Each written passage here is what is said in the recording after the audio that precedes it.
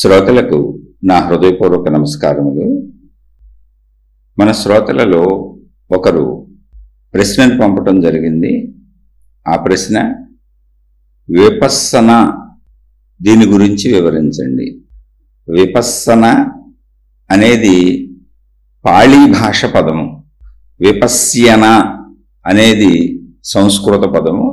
వాడుకలో ఇవే ఉన్నాయి. విపස්සన అనొచ్చు, విపశ్యన అనొచ్చు. ఈ విపశ్యన అంటే ఇది బుద్ధ భగవానుడి దగ్గర నుంచి వచ్చినటువంటి పదం. అంటే యాక్చువల్గా ఇది సంస్కృతంలో కూడా ఉంది పదం. ఇప్పుడు ప్రపంచంలో ఎవరో కొత్తగా పదాలు తయారు చేసి కొత్తగా కనుక్కున్నది, కొత్తగా ఆవిష్కరించింది ఏమి మొదటి నుంచి ఉన్నాయి. వాటిలోనే కొంత ఇంకా డెవలప్మెంట్ చేస్తూ ఉంటారు. ఇప్పుడు చూడండి, మనం ఒక ఫోన్ కనుక్కున్నారనుకోండి, మొట్టమొదట కనుక్కున్నటువంటి ఫోన్కి ఇప్పుడు మనం ఉపయోగించే ఫోన్లకి ఎంతో తేడా ఉంటుంది. అంటే ఏంటి, ఇంకా కొంచెం ముందుకు ఇంకా అందులో అనేక రకాలైనటువంటి సౌకర్యాలు జత చేస్తూ ఉంటారు. ఇంకా దాన్ని తేలికగా, జాగ్రత్తగా, చక్కగా ఎలా వాడుకోవచ్చు, ఇంకా నాణ్యతగా దాన్ని ఎలా తయారు చేయొచ్చు అనేటువంటి మెరుగులు దిద్దుతూ ఉంటారు. ప్రపంచంలో ఏ విషయమేనంతే, వస్తువులు కానీ, విషయాలు కానీ, పదార్థాలు కానీ అన్నీ ఒక డెవలప్మెంట్ వైపుకి, అంటే ఇప్పుడు జరిగిన దాంతో తృప్తి చెందకుండా, సాధించిన దాంతో తృప్తి చెందకుండా ఇంకా ఇందులో మెరుగులు దిద్దే ప్రయత్నం ఏంటి, ఇంకేం సాధించవచ్చు అనేటువంటిది ఎప్పుడూ కూడా మనిషి అంతర్మథనంలో, మేధస్సులో సాగుతూనే ఉంటుంది. ఎందుకనంటే మానవ సమూహం కూడా మారుతుంది. మనుషులు తరాలు మారుతున్నాయి, మళ్ళీ కొత్త మనుషులు వస్తారు. కొత్త మనుషుల్లో మళ్ళీ వాళ్ళలో సృజనాత్మకత ఉంటుంది. అప్పటి వరకు ఉన్న విషయాలను పరిశీలించి మళ్ళీ వాళ్ళ సృజనాత్మకతతో దానికి మెరుగులు దిద్దుతారు, దాన్ని ఇంకోవైపు నడిపిస్తూ ఉంటారు. ఇలా సృష్టి ఎప్పటికీ సాగుతూనే ఉంటుంది. ఎందుకని, అది ఆగిపోయి లేదు, సాగుతుంది.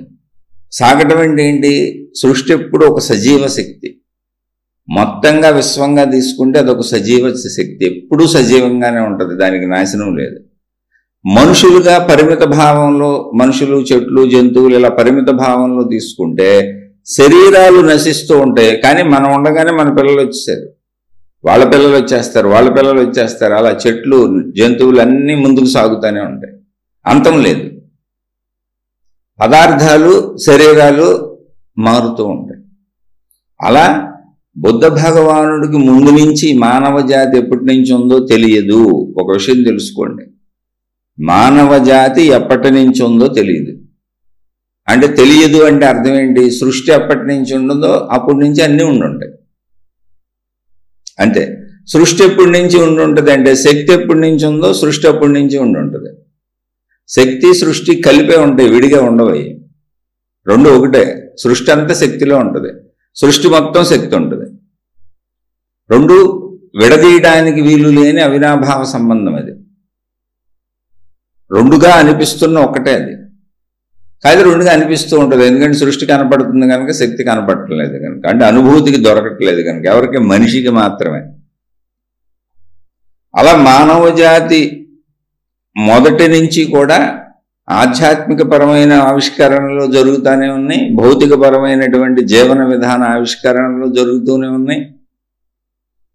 సైంటిఫిక్ అంటే సృష్టిని పరిశీలించే ఆవిష్కరణలు జరుగుతూనే ఉన్నాయి. అనేక రకాల ఆవిష్కరణలు ఎప్పుడు జరుగుతూనే ఉన్నాయి, మంచి వైపుకి, చెడు వైపుకి, సృష్టి వైపుకి, మనిషి వైపుకి. అలా మనిషి వైపుకి తనలోకి తాను ప్రవేశించినప్పుడు సాగినటువంటి పరిశోధన ఫలితాలు ఆధ్యాత్మికత. ఆధ్యాత్మికత అంటే గుర్తుపెట్టుకోండి, మనిషి తన అంతరంగములోకి వెళితే మాత్రమే ఆధ్యాత్మికత. మీరు ఒక మతంలోకో, ఒక దేవుళ్ళలోకో, ఒక గురువులోకో, ఒక విధానంలోకో, ఒక పద్ధతిలోకి వెళ్తే అది ఆధ్యాత్మికత కాదు. ఎందుకని, ఆధ్యాత్మికత అంటే ఒక వ్యక్తి యొక్క స్వీయ ఆత్మ గురించి అధ్యయనము. అతను తన ఆత్మను అధ్యయనం చేస్తూ ఉంటాడు. ఆ అధ్యయనం ఏంటంటే చదువుతూ ఉంటాడు, తనలోనే ఉంది. ఆత్మ అంటే ఏంటంటే ఏమీ లేదు, నీలో ఉన్న ప్రాణశక్తి. మరి ఆత్మ అని ఎందుకు పేరు పెట్టారు అంటే, ఆ ప్రాణశక్తిని నువ్వు తెలుసుకోగలిగితే అంటే నీలోనే నేను శరీరమని భావించుకుంటున్న నువ్వు నీలోనే ఉన్న నీ ప్రాణశక్తిని తెలుసుకోగలిగితే, ఒకవేళ చదువుకొని ఆత్మజ్ఞాన చదువుకొని ఆధ్యాత్మిక చదువుకొని తత్సంబంధిత నీ లోపల నువ్వు కూర్చొని ఆ సాధన చేసుకొని దేహభావన దాటి మనోభావన దాటి ప్రాణశక్తి భావనలోకి వెళ్ళి ప్రాణశక్తిని అనుభూతి చెందగలిగితే అప్పుడు అర్థమయ్యేది ఏంటంటే ఉన్నదంతా ఈ శక్తే, సృష్టి మొత్తం శక్తిమయం, ప్రాణశక్తి నాలో పరిమితంగా లేదు అనే భావన అక్కడికి వెళ్ళిన వాళ్ళకి తెలిసిందట. అటువంటి మహాత్ములు అప్పుడు ఏకత్వ భావన కలుగుతుంది. కనుక ఆ ఏకత్వ భావనకి ఆత్మ అని పేరు పెడుతున్నాము, దాన్నే బ్రహ్మము అంటున్నాము అని చెప్పారు. అదొక స్థితి పేరు. అలా దాని గురించి మొత్తం చెప్పుకుంటూ వచ్చారు. వాళ్ళ అనుభూతులు, అనుభవాలు, వాళ్ళ సాధనలు ఎలా ఉంటుంది ఏంటి అన్నీ చెప్పుకొచ్చారు. అంటే దాన్ని ఎలా పొందొచ్చో చెప్పారు, పొందినాక ఎలా ఉంటుందో చెప్పారు, పొందినవాడు ఎలా జీవిస్తాడో చెప్పారు. ఆ పొందినవాడికి జీవన్ముక్తుడు అని ఒక పేరు పెట్టారు. ఇలా రకరకాలుగా సాగుతూ వస్తుంది. అలా సాగుతూ వస్తున్న దాంట్లో మళ్ళీ తరాలు మారిపోతాయి. ఇప్పుడు మనం 100 సంవత్సరాల తర్వాత మనం ఉండం. మన తర్వాత తరం మళ్ళీ ఇప్పుడు మనం చెప్పిన వాటిని మళ్ళీ చూసి అవునా కాదా తేల్చుకొని అందులో ఉన్నటువంటి వాటిని తప్పు ఒప్పు అంటే మనం ఏంటి ఇప్పుడు చెప్పేశాం అంటే వాళ్ళకి కొంచెం ఈజీ అయిపోయింది. మన మొత్తం జీవిత సారాన్ని మనం చెప్పేసాం వాళ్ళకి. ఇప్పుడు మొత్తం జీవిస్తే కానీ వాళ్ళకి అనుభవం అవ్వక్కర్లా. మనం చెప్పేసిన దాంట్లోంచి కొంత పరిశీలించి పరిశోధించి మళ్ళీ వాళ్ళ జీవిత అనుభవాలను దానికి జోడిస్తూ ఉంటారు. అలా ముందుకు సాగుతూ ఉంటాయి. మంచి అయినా చెడైనా ఆధ్యాత్మికత అయినా వస్తువులైనా విషయాలైనా పదార్థాలైనా మానవ జీవన సరళైన ఏదైనా ప్రపంచంలో ఇలా ఎప్పుడు మార్పులకు లోనవుతూ వెళ్తుంది. అవే తరాలు. కాలగమనంలో ఏమని తరాలు మారుతూ ఉంటాయి. మనం మనుషులం కాబట్టి మనిషి గురించి చెప్పుకోగలం. ఇలా వచ్చిన దాంట్లో గౌతమ బుద్ధుడు అనేటువంటి మహానుభావుడు వచ్చేటప్పటికే చాలా పెద్ద సాహిత్యం ఉంది. ఇక్కడ ఆత్మజ్ఞానం గురించి ఉంది, మతాలు ఉన్నాయి, విభిన్నతలు ఉన్నాయి, అన్నీ ఉన్నాయి. ఇప్పుడు ఏమున్నాయో, ఇప్పుడు యాజ్ ఇట్ ఈజ్గా ప్రపంచం ఎలా ఉందో అంటే ఏంటి, భౌగోళిక పరిస్థితులు కానీ విషయాలు కానీ వస్తువులు కానీ అన్నీ అలాగే ఉన్నాయి. అంటే ఎన్ని విభిన్నతలు ఉన్నాయో అన్నీ ఉన్నాయి. ఆధ్యాత్మికతలు ఉన్నాయి, దైవీపరంగా ఉన్నాయి, చిత్రాతి చిత్రమైన అన్ని రకాలు ఉన్నాయి. దొంగలు ఉన్నారు, మోసగాళ్ళు ఉన్నారు, మంచోళ్ళు ఉన్నారు, త్యాగ పురుషులు ఉన్నారు. సమస్తము ఇప్పుడు ఏమేమి ఉన్నాయో అవన్నీ అనాదిగా మొదటి నుంచి ఉన్నాయి. ఎందుకని మొదటి నుంచి ఉండేది మనిషే. ఆ మనిషిలోనే అన్నీ ఉంటాయి. ఆ మనుషుల్లో మంచోళ్ళు ఉంటారు, చెడ్డోళ్ళు ఉంటారు, దుర్మార్గులు ఉంటారు, అన్వేషకులు ఉంటారు, సాధకులు ఉంటారు, రకరకాల రీతులలో మానవులు ఉంటారు. కాబట్టి మానవ జాతి ఎప్పుడున్నా ఇలాగే ఉంటుంది. అలా గౌతమ బుద్ధుడు అనేటువంటి మహానుభావుడు భూమి మీదకి వచ్చేటప్పటికి అప్పటికే ఉన్నాయి. ఆయన ఏదో ఒక రాజు కొడుకుగా పుట్టారు, ఆయన ఏదో పెరిగారు, చూశారు, వివాహం చేసుకున్నారు, ఒక పిల్లోడిని కూడా కన్నారు. తర్వాత ఈ సృష్టిని అంతా పరిశీలించారు, పరిశోధించారు. అసలు ఏంటి దీని గురించి తెలుసుకోవాలనిపించింది. అప్పుడు ఇల్లు వదిలిపెట్టి వచ్చారు. అప్పుడు ఉన్నటువంటి గురువులు వాళ్ళందరి దగ్గరికి వెళ్ళారు. ఈ విషయం మర్చిపోబాకండి. అంటే ఆనాడు ఉన్నటువంటి జ్ఞాన సంపదన ఆయన సంపూర్ణంగా తెలుసుకునే ప్రయత్నం చేశారు. అంటే అందినంత. ఇప్పుడు మనం ఎలా మనకు అందినంత, మనకు తెలిసినంత, మన ప్రయత్నానికి దొరికినంత ప్రయత్నించి ఆధ్యాత్మిక విషయాలు, దైవీ సంబంధ విషయాలు, మనకు సంబంధించిన విషయాలు, మన అంతర్గత విషయాలు అంటే మొత్తం ఆధ్యాత్మిక పరంగా ఎలా తెలుసుకుంటున్నామో ఆయన కూడా అప్పుడు ఉన్నాయన్నీ తెలుసుకున్నాడు. తెలుసుకోకుండా అసలు ఆ మార్గంలోకి వెళ్ళడం కుదరదు కదా. అలా తెలుసుకున్నప్పుడు ఆయన చేసినటువంటి ప్రయత్నాలు అంటే ఆయనకు ఒక తీవ్రమైన జిజ్ఞాస కలిగింది. మనలా కాదు. మనది ఒక సాధారణమైనటువంటి ఊరికినే వింటున్నాం. మనం జిజ్ఞాసు అని కూడా అనుకోక్కర్లే. మనకు వచ్చిన బాధల్లోంచో, కష్టాల్లోంచో, ఇబ్బందుల్లోంచో, జీవన సరళిలో మనకు కలుగుతున్నటువంటి ప్రాబ్లమ్స్ నుంచో, లేదా చుట్టూ సహజంగా ఉన్నటువంటి వాతావరణంలో అనేక మతాలు, అనేక మంది దేవుళ్ళు, అనేక ప్రచారాలు, అనేక విషయాల్లో కలిగినటువంటి ఒక చిన్న ఆసక్తి. అంటే అసలు కనీసం ఓ పెద్ద సినిమా చూడాలన్నంత ఆసక్తి కూడా చాలా మందికి దీని మీద ఉండకపోవచ్చు. ఎందుకంటే సినిమా థియేటర్స్లో ఎప్పుడు వేల మంది ఉంటారు. వినేవాళ్ళు ఎంతమంది ఉంటున్నారో తెలీదు. సరే అది తక్కువని కాదు, అలా ఏదో ఒక రకంగా రేకినటువంటి ఒక సామాన్య ఆసక్తి అనాలి మంది.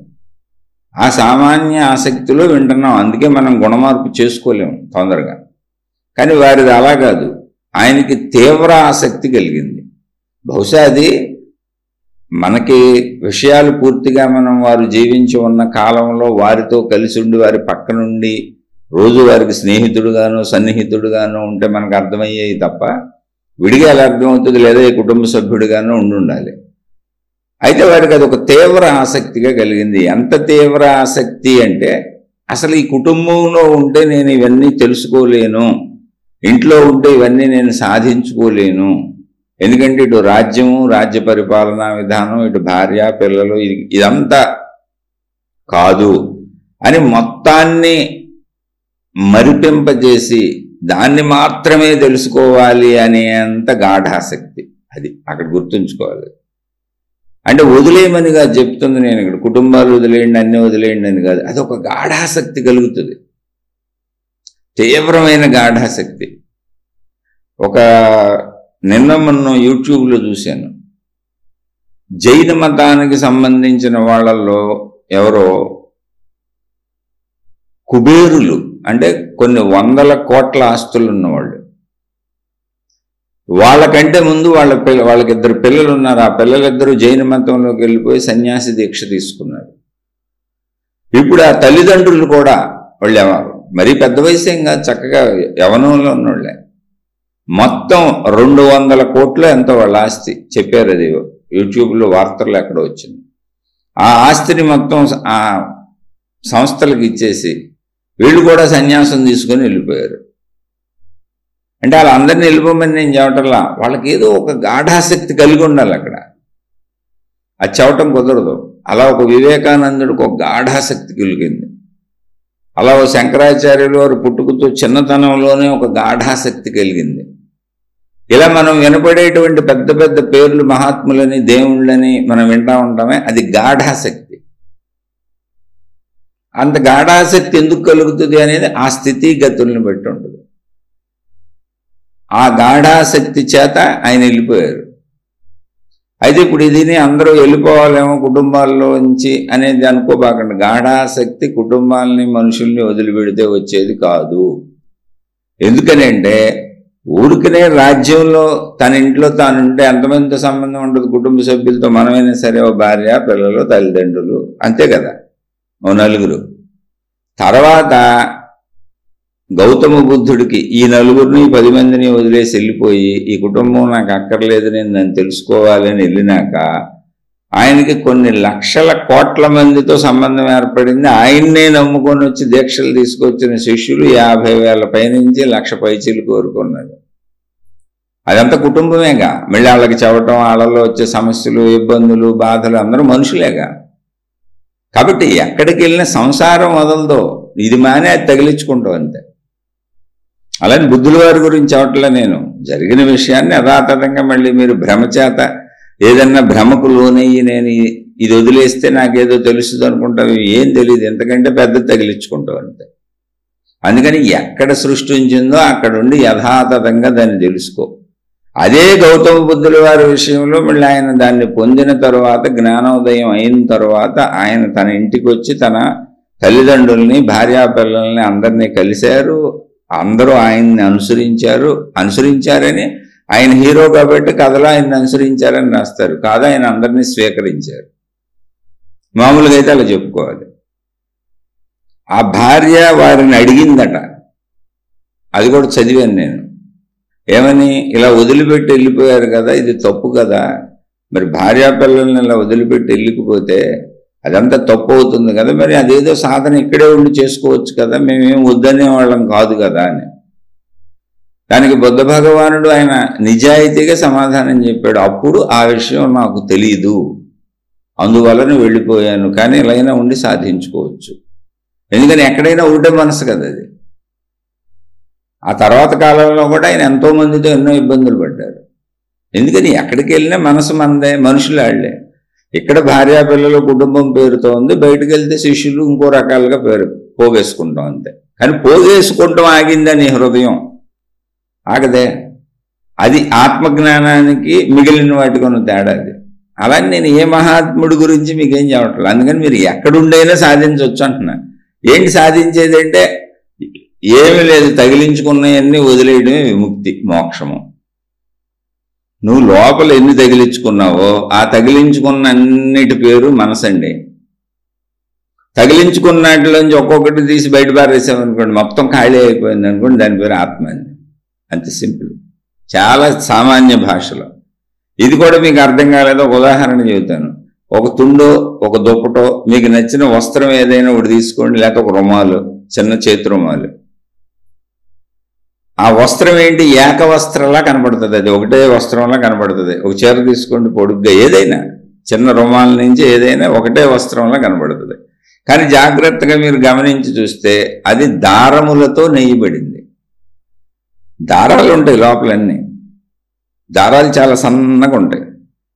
ఇప్పుడు మీరు అందులోంచి ఒక్కొక్క దారము తీసి కింద పడేయండి. ఆ వస్త్రంలోంచి మీరు చేతి రుమాలు తీసుకుంటారో, తుండు తీసుకుంటారో, దుప్పటి తీసుకుంటారో, చీర తీసుకుంటారో, ఏదో ఒకటి మీ ఇష్టం. ఒక వస్త్రం తీసుకొని దాంట్లోంచి ఒక్కొక్క దారాన్ని తీసి కింద పడేయండి. ఏమైంది? ఇప్పుడు వస్త్రం ఉందా అక్కడ? లేదు, వస్త్రం ఉండదు. అలాగే ఒక్కొక్కటి తీసేస్తే మనసు ఉండదు. మనసు అనే వస్త్రము మనం తగిలించుకున్న వాటితో, మనం పోగేసుకున్న వాటితో మన లోపల తయారైంది. అందులోంచి ఒక్కొక్కటి తీసి బయటపడేస్తే మనసు ఉండదు. అదే సంపూర్ణ అనంత ఆత్మశక్తి, అంతే, ఇంకేం లేదు ఇక్కడ. చాలా సింపుల్. ఇప్పుడు దానికోసం ఆయన అసలు ఇదంతా ఏంటి, ఆయనకేదో బాధలు కలిగి ఉండొచ్చు, దుఃఖాలు కలిగి ఉండొచ్చు, దానికి కారణాలు బోల్డాళ్ళు ఏం చెప్పినా పుస్తక భాషలో చెప్పారు. ఒక గాఢాశక్తి చేత ఇంటి నుంచి వెళ్ళిపోయారు. చెప్పాక భార్య అడిగితే కూడా ఆయన చక్కగా అంగీకరించారు. నాకు ఆ విషయం అప్పుడు తెలీదు, కానీ చేసుకోవచ్చు, ఎక్కడికి వెళ్ళినా అదే మనసు. అదే తర్వాత మొత్తం కుటుంబం ఆయన్ని అనుసరించారు అన్నారని చెప్పాక, హీరో కాబట్టి మనం హీరోని అనుసరించారని రాస్తాం. కాదు, ఆయన స్వీకరించారు అందరినీ. ఇప్పుడు తెలిసినాక తన ఊరు వెళ్ళారంటే ఏంటి, మళ్ళీ తన తల్లి తండ్రి అందరూ ఒకటేగా. ఎవరైతే ఏమైంది, తనకు తెలిసిన మంచి వాళ్ళకి చెబుదాం అనిపించి ఉండొచ్చు, లేదా వాళ్ళతో కలిసి ఉందాం అనిపించి ఉండొచ్చు. అందరూ వచ్చారు, ఆయన్ని అనుసరించారు. ఆయన కుమారుడు చివరి వరకు ఆయనతోనే ఉన్నాడు. కాకపోతే మనం జ్ఞాన సంబంధ విషయాలే మాట్లాడుకుంటాం, గొప్ప విషయాలే మాట్లాడుకుంటాం. మళ్ళీ వాళ్ళందరూ ఏదో బంధాలు వదిలేశారని చెప్పుకుంటాం. ఏ బంధం వదలలేదు. ఆయన తల్లిదండ్రులు ఆయనతో ఉన్నారు, ఆయన్ని అనుసరించారు. ఆయన కుమారుడు ఆయనతోనే ఉన్నాడు. అసలు ఆయనతో మెయిన్గా ఉన్న వాళ్ళందరూ ఆయన బంధువులే. ఆనందుడు ఆయన బంధువే. ఆయన అనుసరించి వచ్చిన వాళ్ళలో మెయిన్ పోర్షన్స్లో ఉన్న వాళ్ళందరూ ఆయన బంధువులే. అయితే ఇక్కడ మనకి దాంతో విశేషం అంటే ఎందుకు చెబుతున్నాను మీకంటే, అవన్నీ వదిలేసుకుంటే కరెక్ట్ అనుకుంటున్నారేమో, కాదని చెబుతున్నాను. ఎక్కడ ఏ మహానుభావుడి దగ్గరైనా మెయిన్ పోర్షన్స్లో ఉంది వాళ్ళ బంధువులే. ఇప్పుడు రమణ భగవాన్లు ఉన్నారు, అనంత ఆత్మజ్ఞాన స్వరూపము ఆయనే అనటానికి అసలు ఎటువంటి సందేహం లేదు. 100కి 100 పాళ్ళు మీరు ఇప్పుడు ఎవరైనా ఒక అనంత ఆత్మజ్ఞాన స్వరూపుణ్ణి చూపించగలరా అంటే, దగ్గర తరాల్లో ఎదురుగా కనపడుతున్న చరిత్ర అయింది. మనం ముందు తరంలో ఉన్నారు ఆయన. అటువంటి మహానుభావుడికి మళ్ళీ ఆయన పేరు మీద ఏదో భక్తులు చిన్న ఆశ్రమం కట్టారు. మళ్ళీ ఆశ్రమ నిర్వహణ అంతా వాళ్ళ తమ్ముడు కొడుకో అన్న కొడుకో ఎవరు ఆయనకి అప్పచెప్పారు. వాళ్ళ తల్లిగారు అక్కడే వచ్చారు, వాళ్ళ అక్కడే ఉన్నారు. తల్లిగారిని ఆయన ఎంతో ప్రేమగా చూసుకున్నారు. అసలు ఇప్పుడు అక్కడ ఉన్నది రమణ మహర్షి తల్లిగారి ఆలయం, మాతృభూతేశ్వర ఆలయం, రమణాశ్రమంలో ప్రత్యేకమైంది. తన తల్లికి ఒక ఆలయం కట్టించారు. ఎవరు ఏం వదిలేరు అంటే, వదిలి పారిపోమ్మని చెప్పలేదని చెబుతున్నా నేను. ఆయన పొందాల్సింది పొందారు. అసలు ఆయనకి జన్మనిచ్చిన తల్లినే ఆయన గౌరవించకపోతే ఆయన ఇంకా మనకేమి నేర్పుతారు? అసలు మనమేం నేర్చుకుంటాం ఆయన దగ్గర? ఎవరైనా అంతే, నీ బంధాలు బాధ్యతలు అవి. ఇప్పుడు ఆవిడ కడుపున ఆయన పుట్టడం అనేది విశ్వం చేసిన ఏర్పాటు, రుణమో రుణానుబంధమో మనకు తెలియదుగా. ఆవిడ కడుపునే ఆయన జన్మించారు కాబట్టి తన తల్లిని ఆయన గౌరవించారు. అలా ఎవరైనా సరే నీకు విశ్వం ఏర్పరిచిన బంధాలు ఇవి. ఆ బంధాలు నిన్ను వద్దనుకుంటే అది వేరే విషయం. కానీ నువ్వు బంధాలు వదిలి పారిపోయి సాధించేది ఏమీ లేదు ఇక్కడ. అందుకని చెబుతాను. ఇప్పుడు అలా వెళ్ళినటువంటి బుద్ధ భగవానుడు ఆయన ఎంతోమందిని అనుసరించి వాళ్ళతో గడిపి, అక్కడున్న వాళ్ళతో ఆ కాలంలో ఉన్నటువంటి భక్తి మార్గ ఆధ్యాత్మిక మార్గపు వాళ్ళతో కలిసి వాళ్ళు నేర్పినవన్నీ నేర్చుకొని వాటి ద్వారా తనకి మళ్ళీ సంపూర్ణమైనదేదో లభించటం లేదు అని తిరిగి వాళ్ళని ప్రశ్నించి, అంటే వాళ్ళు మాకు ఇంతే తెలుసు ఇంతకంటే మాకు తెలియదని వాళ్ళు చెబితే అప్పుడు ఆయన తన సొంత సాధనలు చేసుకొని ఈ విపස්සనా ధ్యాన పద్ధతిని ఆయన చెప్పారు. అయితే ఈ విపස්සనా ధ్యాన పద్ధతి ఇంతకుముందు లేదా అంటే ఉంది. ఇవన్నీ మీకు చెప్పుకుంటూ వస్తాను. ఇది ఎవరిని తక్కువ చేయటం కాదు, ఎక్కువ చేయటం కాదు, ఒక విషయాన్ని అర్థం చేసుకోవటం. నాకు బుద్ధ భగవానుడు అంటే మామూలుగా కూడా చాలా ఇష్టం, చాలా గౌరవం. ఎందుకంటే మహిమలు అనేవి లేకుండా, మాయలు అనేవి లేకుండా ఉన్నది ఉన్నట్టుగా సత్యాన్ని బోధించి, కుల మత భేద జాతి తారతమ్యములు లేకుండా, ఒక విధానము ఏర్పాటు చేయకుండా, ఒక తెగ ఏర్పాటు చేయకుండా, ఒక మతం ఏర్పాటు చేయకుండా ఒక సత్యాన్ని సత్యంగా చెప్పారు. తర్వాత బుద్ధ భగవానుడి పేరు మీద వీళ్ళందరూ ఏర్పాటు చేసుకున్నారు. అవన్నీ శిష్యులు ఏర్పాటు చేసుకున్నాయి. అది ఆయన ఏర్పాటు చేసింది కాదు, ఆయన సత్యాన్ని చెప్పారంతే. ఇలా మళ్ళీ మతాలన్నీ ఇలాగే వస్తాయి. మతాలన్నీ మనుషులు ఏర్పాటు చేసుకున్నాయి. సరే, ఇది ఈ పరంపరలో విషయం ఏంటో తెలుసుకుందాం. ఎందుకంటే కొంచెం వీలున్నంత వివరంగా తెలుసుకుందాం. అసలు విపశ్యన అంటే సంస్కృత పదం అండి, విపස්සన అంటే పాళీ పదం అండి. బుద్ధ భగవానుడు వాడింది పాళీ భాష. దాన్ని విపశ్యన అని కూడా అనొచ్చు. అది తెలుసు ఆయనకి. బుద్ధ భగవానుడు అన్నీ అప్పుడు ఆ కాలంలో ఉన్న అన్నీ చదివారు, అన్నీ తెలుసుకున్నారు. ముందాలను అనుసరించారని చెప్పాక చాలా సంవత్సరాలు అనుసరించి సంపూర్ణతను పొందడం కోసం ఆయనకి దొరికిన గురువులు సంపూర్ణతను చెప్పలేకపోయారు. అది విషయం. అంతే తప్ప సంపూర్ణతను తెలియకపోవటం కదా. ఆయన కాలంలో రమణ మహర్షి ఉంటే సంపూర్ణత ఆయనకి తెలిసేది, ఆయన రమణ మహర్షిని ఫాలో అయ్యేవారేమో తెలియదుగా. అప్పుడు ఆయనకి దొరికిన గురువులు అంటే అలానే నేను రమణ మహర్షి కంటే ఆయన తక్కువనో లేదా ఆయన్ని పోల్చో చవట్లా. ఇద్దరు మహానుభావులు అంతే. అది అనంత ఆత్మస్వరూపం, అసలు అది ఒకటే. అక్కడ లాజికల్గా తర్కబద్ధంగా ఆలోచించి తెలుసుకోవాలి. ఆయనకి దొరికిన గురువులు ఆయన్ని సంపూర్ణత్వంలోకి తీసుకెళ్ళలేకపోయారు. ఆ కాలంలో వాళ్ళు ఏదో సగమే చెప్పారు ఆయనకి. అది ఆయనకి సంతృప్తినివ్వక ఆయన సాధనలు చేసుకున్నారు.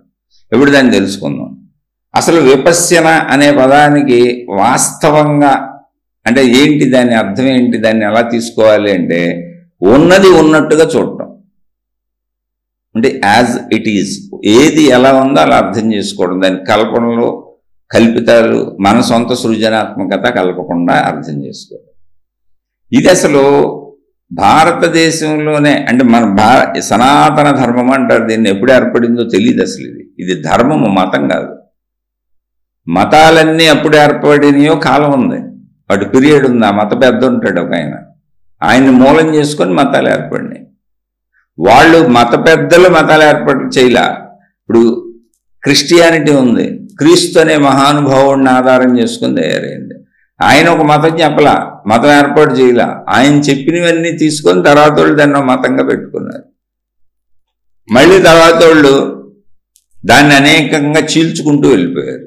ఎప్పుడు మనుషులు అలాగే ఉంటారు. అలా వచ్చినాయి మతాలన్నీ. ఇప్పుడు భూమి మీద ఉన్న మతాలన్నీ అలా వచ్చినాయి. కానీ మతాలన్నింటినీ మనుషులు ఏర్పాటు చేసుకున్నారు, ఆ మత నాయకులు ఏర్పాటు చేయలే. అంటే ఆ మతానికి ఎవరు దేవుడో, ఎవరు నాయకుడో, ఎవరు ఆదర్శమో అతను ఏర్పాటు చేయలే. అతని పేరు మీద వీళ్ళు ఏర్పాటు చేసుకున్నారు, సామాన్యులైన మనుషులు. ఎప్పుడు గుర్తుపెట్టుకోండి. అసలు ఈ విపස්සనా ధ్యానము అనేది మామూలుగానే ఉంది. భారతదేశ సనాతన ధర్మంలో ఎప్పటి నుంచో ఉంది ఈ పద్ధతి ఉంది. అదొక ధ్యాన పద్ధతి. అసలు విపశ్యన అన్న విపස්සన అన్న అది ధ్యాన పద్ధతి, చాలా ఓల్డ్ది. ఇది దేనికి వాడేవాళ్ళు అంటే మానసిక రుగ్మతలు పోగొట్టుకోవటానికి, శారీరక ఆరోగ్యం కూర్చుకోవటానికి. అంటే మనసు పరుగులు తీసేసి టెన్షన్లు పడి ఒత్తిడి పడిపోయి స్ట్రెస్కు లోనవుతూ ఉంటే జబ్బులు వస్తుంటాయి, మానసిక జబ్బులు, శారీరక జబ్బులు. అందుకని కనిపెట్టారు భావ పరంపర ఆపాలి లోపల. శరీరాన్ని ఆపటం అంటే ఏంటి? శరీరాన్ని కదిపేది మనసేగా. కొన్ని శరీరాన్ని బలవంతంగా ఆపిన నాలో నేను కూర్చొని ఆలోచించుకొని ఒత్తిడిలోనే అయిపోతూ ఉంటా, బీపీ పెంచేసుకుంటూ ఉంటా. అందుకని అసలు ఇది ఒక ప్రశాంతమైన మానసిక స్థితిని పొందటానికి, మనిషి శారీరక ఆరోగ్యంగా ఉండటానికి, అలా రకరకాలుగా ఆధ్యాత్మికతలో సత్యాన్వేషణకి ముందు ఒక శాంత మనసుకి అలా అనేక రకాలుగా ఇది నేర్పబడింది, చెప్పబడింది. ఎందుకని మనుషులకి ఆలోచనలు వస్తాయి, ఇప్పుడు మనకు రావు. నాకు దుఃఖం ఎందుకు వస్తుందని లోపలికి వెళ్ళి చూసుకుంటే మనకు తెలియదు. తెగ ఆలోచిస్తున్నాను అందుకని దుఃఖం వస్తుంది, భయం వస్తుంది, కంగారు వస్తుంది అని మనకు తెలియదండి. అప్పుడు ఆలోచన తగ్గించుకోవడం ఏంటి అనే ఆలోచన చేసామనుకో మనకే తెలుస్తుంది దాని సమాధానం కూడా. ఆలోచనలు ఎలా తగ్గించుకోవాలి దాని మీదే కూర్చుంటే అన్నీ తెలుస్తాయి. మనం కూర్చోలేదు, వాళ్ళు కూర్చున్నారు, అంతే తేడా. ఇందులో ఈ విపස්සనా ధ్యాన పద్ధతిలో అంటే ముందు రుగ్మతల కోసం ఒక పరిహారంగా చెప్పబడింది. తర్వాత మనసులో కలిగే వికారాలు అంటే రకరకాలు అంటే చెడు భావాలన్నీ సంపూర్ణంగా నిర్మూలించి అసలు మనసుని పూర్ణంగా ప్రక్షాళన చేసేసి స్వచ్ఛంగా చేసి ఒక విముక్తి స్థితిని పొందితే తద్వారా ఒక పరమానందం అంటే ఒక చక్కటి శాంతి స్థితి కలుగుతుంది. ఇప్పుడు మనకు దుఃఖం ఎక్కడ కలుగుద్ది? మనసులోనే భావాలకే. సుఖం ఎక్కడ కలుగుద్ది? మనసు కోరికలతో వచ్చిన తీర్చుకున్న భావాల నుంచే సుఖం కలిగేది. ఈ రెండు స్థితుల్ని ఆపగలిగితే, ఆలోచనని ఆపగలిగితే, భావాలను ఆపగలిగితే, మనసును ఆపగలిగితే, మనసును అర్థం చేసుకుని అలా ప్రశాంతంగా ఉంచగలిగితే ఒక స్వచ్ఛమైనటువంటి సుఖదుఖాలు లేనటువంటి ఒక ఆనంద స్థితి, దాన్ని పరమానందం అన్నారు. ఎందుకని? దానికి ఆనందానికి మూలం కారణం లేదు. సుఖానికి మూలం పదార్థం ఉంటుంది, దుఃఖానికి మూలము పదార్థమో మనిషో విషయమో ఉంటారు. అలాగే సుఖానికి మూలము పదార్థమో మనిషో విషయమో ఉంటుంది. కానీ పరమానందము సచ్చిదానందము అన్నప్పుడు అది నీలో నీకు కలుగుతున్నటువంటి ఆనందమే తప్ప దానికి కారణం లేదు. అది అంటే ఏ కదలికలు లేకపోవడం వలన వచ్చిన ఆనందం. జాగ్రత్తగా అర్థం చేసుకోండి. అలా ఆ మార్గానికి ఉపయోగించారు. ఇక్కడ నిర్మూలనం అంటే ఏంటి? ఒకటి వ్యాధి నిరోధకాలు అంటే మానసిక వ్యాధులు, శారీరక వ్యాధులు రాకుండా భావ పరంపరను తగ్గించుకోవటం. రెండు, సంపూర్ణ మానవ అంటే అసలు ఈ బుద్ధుడు కాన్సెప్ట్ ఏంటంటే, బుద్ధుడు మెయిన్ కాన్సెప్ట్ ఏంటంటే కోరికలే దుఃఖములకు మూలము. కాబట్టి ముందు అసలు దుఃఖ నిర్మూలనం జరగాలంటారు బుద్ధ భగవానుడు. నీలో ముందు దుఃఖం పోతే తప్ప తర్వాతే నీకు అర్థం కాదు. అందుకని సంపూర్ణ దుఃఖ నిర్మూలన దీని లక్ష్యం ఈ విపස්සనా ధ్యానాన్ని. ముందు నీలో దుఃఖం పోవాలి అసలు. ఇది విపස්සన అనేది స్వీయ పరిశీలన ద్వారా మనిషిలో స్వీయ పరివర్తన కలిగించే ఒక మార్గం. అంటే ఇందులో ధ్యానం ఉంది, మీరు జాగ్రత్తగా చూడండి, ధ్యానం ఉంది, మనం పరిశీలించుకోవటం ఉంది, గుణమార్పు ఉంది. ఇందులో లేనిదేంటి? ఇప్పటి వరకు చెప్పుకున్న ఆత్మజ్ఞాన శీర్షికలని అనేకం చెప్పుకున్నాం. మీరు వెళ్ళి చూడండి, అన్నింటిలోనూ ఒకటేనండి గుణమార్పు. నిన్ను నువ్వు చూసుకోవటం, నిన్ను నువ్వు గమనించుకోవటం. మన రమణ మహర్షి చెప్పినదే, నిన్ను నువ్వు తెలుసుకో అన్నది. కాకపోతే కాలగమనంలో పేర్లు మారుతూ ఉంటాయి. అనంత ఆత్మజ్ఞాన తత్వంలోకి ఏ మహానుభావుడు వచ్చినా పేర్లు మారచ్చు, విధానాలు మారచ్చు, కానీ మార్గం ఒకటేది, దాని ఫలము ఒకటే. ఇక్కడ పరిశీలించుకోవటం ఉంది. తనను తాను అంటే మనం పరిశీలించుకోవటం ద్వారా మనలో ఒక పరివర్తన కలుగుతుంది. స్వీయ పరివర్తన కలిగించుకోవటం ఏంటి? మంచిని, చెడును పోగొట్టుకొని మంచిని పెంచుకోవటం. అలాగే ఇప్పుడు ఈ విపස්සనా ధ్యానం అనేది యాక్చువల్గా బుద్ధుడు కనుక్కుంది, బుద్ధుడికి సంబంధించింది. 2500 సంవత్సరాలు అవుతుంది ఇప్పటికి సుమారుగా. ఆయన అనేక మంది మహాత్ముల్ని కలిశారని చెప్పాక, వాళ్ళ దగ్గర వెళ్ళారు, వాళ్ళ ఆశ్రమాల్లో ఉన్నారు, వాళ్ళతో ఉన్నారు, వాళ్ళు నేర్పినటువంటి ధ్యాన పద్ధతులు ఇవన్నీ నేర్చుకున్నారు. అవన్నీ ఆయనకి సంతృప్తినిచ్చినాయి. అయితే ఎంతవరకు అంటే ఆ ధ్యానంలో ఉన్నంత వరకే సంతృప్తి కలుగుతుంది. మళ్ళీ బయటకు వచ్చేసినాక జీవితం మామూలుగా ఉంటుంది, మళ్ళీ దుఃఖం ఇవన్నీ ఉంటున్నాయి. అప్పుడు ఆయన తనకు వచ్చిన అనుమానాలన్నీ వాళ్ళని ప్రశ్నిస్తే వాళ్ళు మాకు ఎంతవరకే తెలుసు అని చెప్పారు. అంటే ఆ తగిలిన గురువులు వాళ్ళు, మొత్తం అందరి గురించి కాదు, వాళ్ళు తగలలేదు ఆయనకి, ఇంకా ఉండుండొచ్చు మహాత్ములు.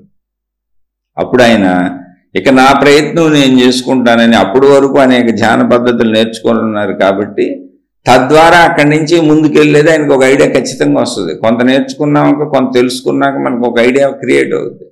అప్పుడు ఆయన ఒక బోధి వృక్షం కింద ఆయనే కూర్చొని ఏదైనా ప్రాణం పోయినా నేను నా పద్ధతిలో దీన్ని సాధించి సంపూర్ణత్వాన్ని పొందే వరకు నేను ఈ ఆసనంలోంచి, ఈ బోధి వృక్షం కింద నుంచి ఇక నేను వెళ్ళటం అనేది ఉండదు.